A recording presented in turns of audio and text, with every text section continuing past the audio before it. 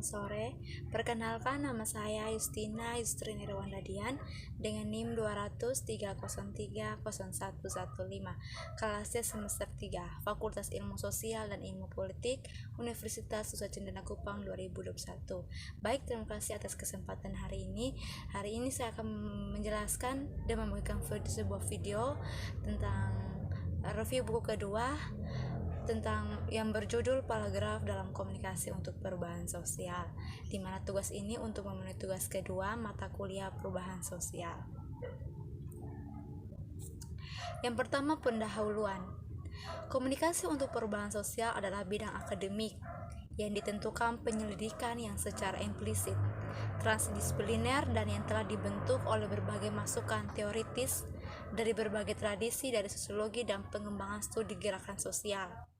Memanfaatkan informasi dan media dalam perubahan sosial adalah dasar untuk industri global yang didukung oleh pemerintah, lembaga bantuan, pembangunan lembaga, yayasan, dan LCM, internasional dan lokal.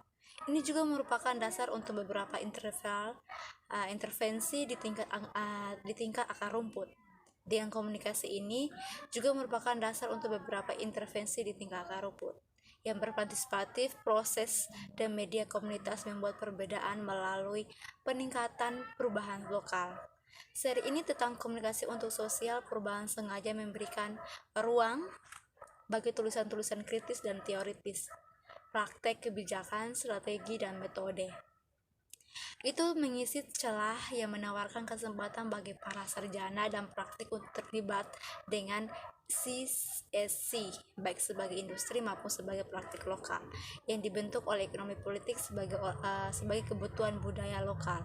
Seri ini secara implisit bermaksud untuk menyoroti, mengkritik, dan mengeksplorasi kesenjangan antara janji ideologis institusional, kinerja, dan kenyataan yang praktik. Yang kedua, memahami komunikasi dalam proses perubahan sosial. Memahami peran komunikasi dalam proses pembangunan dan perubahan sosial adalah pekerjaan yang kompleks. Komunikasi untuk pembangunan dan perubahan sosial selalu bersifat multidisiplin dalam keilmuan. Upaya menggambar seperti halnya pada berbagai pendekatan dan teori dari ilmu-ilmu sosial dan humaniora, termasuk media dan berkomunikasi studi. Ilmu inovasi, geografi budaya, pengembangan dan budaya studi, ilmu politik, antropologi, dan sosiologi. Semua membawa beban intelektual dan atau institusional. Nama yang berbeda dapat menunjukkan perbedaan ontologi dan epistemologi. Di sini kita merangkul Anperhaus bidang untuk lebih fokus pada mengidentifikasi prioritas dan kekhawatiran yang mendasari yang dijalankan melalui pekerjaan yang berkaitan dengan komunikasi dan perubahan sosial saat ini. Masuk dalam bab 1, yaitu berkomunikasi untuk perubahan. Praktik komunikatif adalah pusat dari semua proses perubahan sosial. Kami melihatnya hari ini dalam proliferasi keterlibatan warga dan sosial gerakan. Suara yang menuntut partisipasi, inklusi, dan pengaruh dalam semua aspek kehidupan. Mengupas tentang dinamika komunikasi dalam proses perubahan, yang memberikan seperangkat ide untuk membantu kita mengkonspirasikan studi komunikasi dan perubahan sosial. Yang dimaksud adalah semakin terjadi di luar apa yang sebelumnya mungkin kita sebut sebagai bidang yang definisikan secara wajar. Komunikasi untuk pengembangan atau communication untuk perubahan sosial memiliki ketidakadilan sosial atau ekonomi. Hal ini juga berusaha untuk melampaui upaya untuk mendefinisikan kembali lapangan. Berusaha komunikasi dalam proses pembangunan dan perubahan sosial. Untuk pengembangan dan perubahan sosial selalu multidisiplin dalam keilmuannya. Menggambar seperti halnya pada berbagai pendekatan dan teori dari ilmu-ilmu sosial dan humaniora, termasuk media dan komunikasi studi, ilmu informasi, geografi budaya, pengembangan wilayah studi, ilmu politik, antropologi, dan sosiologi. Dalam pengantar ini kita cenderung merujuk pada komunikasi, perkembangan dan perubahan sosial dan berusaha untuk menjadi inklusif, tapi nama-nama yang digunakan di tempat lain dan juga dalam hal ini volume bervariasi dan termasuk misalnya komunikasi untuk pengembangan, komunikasi untuk dan perubahan sosial, dan komunikasi pengembangan passion. Yang berikutnya kewarganegaraan dan keadilan. Dua konsep pertama menawarkan kita refleksi kritis tentang kondisi kewarganegaraan dan produksi pengetahuan dalam masyarakat kontemporer. Konsep Tek Gombah tentang kewarganegaraan menarik perhatian pada cara-cara yang dimiliki media sosial yang digital, yang menyebabkan kemarahan menjadi faktor utama dari liputan media. Sementara ujian kemarahan publik bukanlah hal baru, media sosial telah meningkatkan kecepatannya dan kemampuan kemarahan sebagai buruh kreatif kewarganegaraan yang menjadi luas. Menyebar kewarganegaraan yang keterlaluan dapat bersifat progresif dan regresif. Dan konsep Gombah bertujuan untuk memperluas dan memperkaya komunikasi untuk penelitian perubahan sosial dan menarik perhatian langsung yang pada penelitian yang kurang progresif dan formulir. Poin kedua, jika komunikasi untuk perubahan sosial sebagai bidang bermaksud untuk menggeser perhatian terhadap dialog dan akses kolektif sebagai pendekatan yang menganggap orang sebagai pusat proses komunikasi. Keterlaluan kewarganegaraan sebagai bentuk pemperlakuan kewarganegaraan yang spontan dan relatif perlu dicangkup dalam kewarganegaraannya. Disrupsi digital dan dapat terlihat seperti dalam konsep ini yang melalui media digital baru untuk memperluas peluang nites untuk kemarahan keterlibatan warga, namun dengan cara lain digitalisasi telah mengakibatkan mengkaryanya kekuasaan dan kontrol dan krisis kewarganegaraan. Bab yang kedua, kewarganegaraan kemarahan. Secara lokal, nasional, dan transnasional, saat kita menyaksikan titik balik yang signifikan dalam secara di mana artikulasi publik dari masyarakat, kekhawatiran dan reaksi etis terhadap peristiwa tertentu berlabuh pada kemarahan dari berbagai sektor masyarakat. 3 kasus dibongkar secara singkat di bawah ini yang merangkum dinamika. Pertama, pada Juli 2015 saat Presiden Barack Obama bersiap untuk berkunjung Kenya, berbara Star dari dalam sebuah laporan yang berjudul Perjalanan Obama Meningkat Masalah Keamanan, yang menunjukkan bahwa Presiden Obama tidak adanya menuju ke tanah air ayahnya, tapi ke wilayah yang menjadi sarang teror seperti yang dilaporkan di Guardian. Banyak warga Kenya yang marah karena report, dan mereka kemudian memposting di Twitter untuk membuat kemarahan ini diketahui menggunakan tagar. Menghadapi kemarahan ini, wakil presiden yang diketahui menggunakan tagar yaitu Direktur Pelaksanaan Terbang Kenya yang meminta maaf kepada Kenya untuk laporan bermasalah.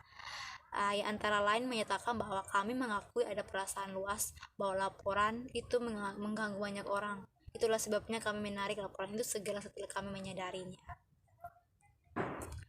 Yang ketiga, mendengarkan institusional prinsip penting untuk demokrasi di era digital. Dalam konteks pasca kolonial, jurang yang lebar selalu ada antara cita-cita Westphalia, kewarganegaraan formal dan ontologi identitas yang warga negara Titme dan yang dinavigasi oleh subjek marginal negara bagian untuk mewujudkan klaim politik.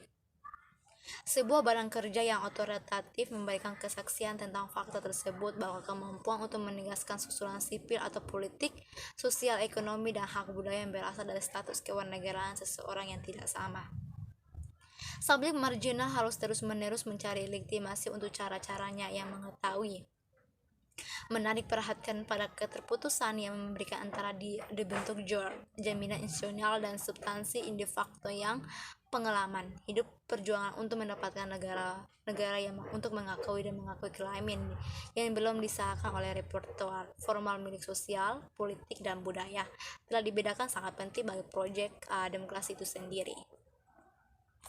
Lanjutannya, dengan demikian, dimensi komunikatif memainkan peran kunci dalam memperluas batas kewarganegaraan yang diberikan, di mana suara politik tidak melibatkan hanya hak atas kebebasan yang berpendapat dan berbicara, tapi sama-sama hak untuk didengar. Akibat wajar dari ini adalah bahwa lembaga yang mendengarkan menjadi pelengkap yang diperluaskan untuk hak kewarganegaraan dan persyaratan bagi demokrasi untuk memberikan jalan bagi apa yang dapat digambarkan sebagai konektif keadilan, di mana pluralitas dan keragaman kehidupan dunia dan pandangan dunia bahwa warga negara subjek marginal membawa keterlibatan politik dipelihara, diatur, dan dihargai, bukan hanya toleransi atau dikomodasi melalui setengah-setengah untuk dimasukkan. Momen digital yang kita huni menghadirkan tantangan besar bagi kognitif dan lainnya. Peluang untuk terhubung melintasi ruang dan waktu menyertai kemungkinan krisis terburuk yang mempengaruhi keberlanjutan planet ini dan kesejahteraan menjadi masyarakatnya. Masuk bab 4, yaitu berkomunikasi untuk perubahan. Paragraf studi komunikasi untuk perubahan sosial. Penanaman konsep penuh dan diperebutkan dalam komunikasi ruang dan pengembangan. Ada masih tetap berlimpah istilah dan definisi yang bersaing, yang terkadang tumpang tindih dan terkadang kali bertentangan. Tambang dan Rames menggambarkan sebagai bidang dikenal dengan banyak nama, dan komunikasi sebagai bunglon yang berubah warna untuk mencerminkan perkembangan pemikiran hari itu. Meskipun terkadang membuat frustasi bagi para sarjana dan praktisi, nama-nama itu menunjukkan perubahan tren dan aktor dari waktu ke waktu.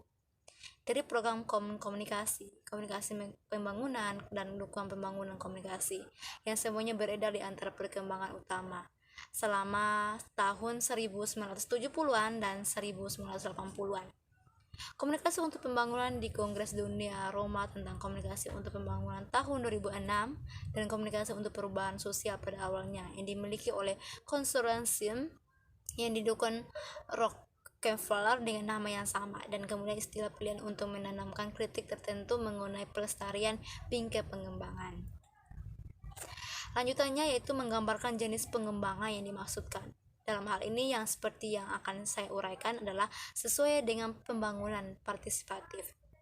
Saran saya yaitu tujuan, yang diantara sejumlah kemungkinan tujuan komunikasi dalam pengembangan open-nya adalah untuk mencapai integrasi suara, advokasi, pendengaran, empati Anda, dialog, konflik, dan konsensus sebagai proyek yang mendukung perkembangan. Dengan kata lain, pengembangan komunikatif secara implisit mengalihkan fokus pada praktik lembaga pembangunan daripada seperti biasanya. Berkomunikasi sebagai cara untuk membawa perubahan dalam praktik orang miskin. Intervensi sintaksis adalah dengan menggunakan kata sifat untuk mengembangkan tipe pengembangan yang dimasukkan, yaitu komunikatif. Untuk lebih jelas mengusulkan dan integrasi suara, advokasi, mendengarkan, empati, dialog, dan konsensus sebagai kualitas yang inti dari jenis perkembangan yang proses komunikasi. Kesimpulan, ada orang yang akan menolak permainan konseptual kata-kata ini begitu saja karena beban yang dimiliki bidang ini dengan istilah saingan yang lebih besar untuk memberi nama bidang. Tapi pengembangan komunikatif bukanlah pengganti untuk apapun. Itu hanyalah domain dari komunikasi untuk mengembangkan rakyat. Sebaliknya, interversal konsepnya adalah untuk menyatakan bahwa mendekati pembangunan secara komunikatif adalah tanggung jawab setiap orang dalam pengembangan. Ini adalah pengingat untuk keduanya yang mengidentifikasi sebagai komunikasi untuk orang-orang pembangunan dan mereka yang tidak, akan pentingnya dasar empati, kritis, dan dialog berkelanjutan untuk mengembangkan, yang berarti padahal itu penting untuk juga bersikeras mengakui komunikator ahli mereka yang mengeluarkan peringkat ini. Saya berharap dan menanamkan kepekaan komunikatif ke dalam pekerjaan pembangunan yang memelihara jenis pembangunan yang kooperatif, partisipatif, horizontal, tetapi juga visual. Akhirnya, tetapi yang terpenting, praktik pengembangan komunikatif sudah ada. Mungkin hanya ada di kantong kecil di pinggiran organisasi dan mereka umumnya yang tidak diakui atau dihargai dengan baik oleh manajemen dan birokrasi. Sekian dan terima kasih.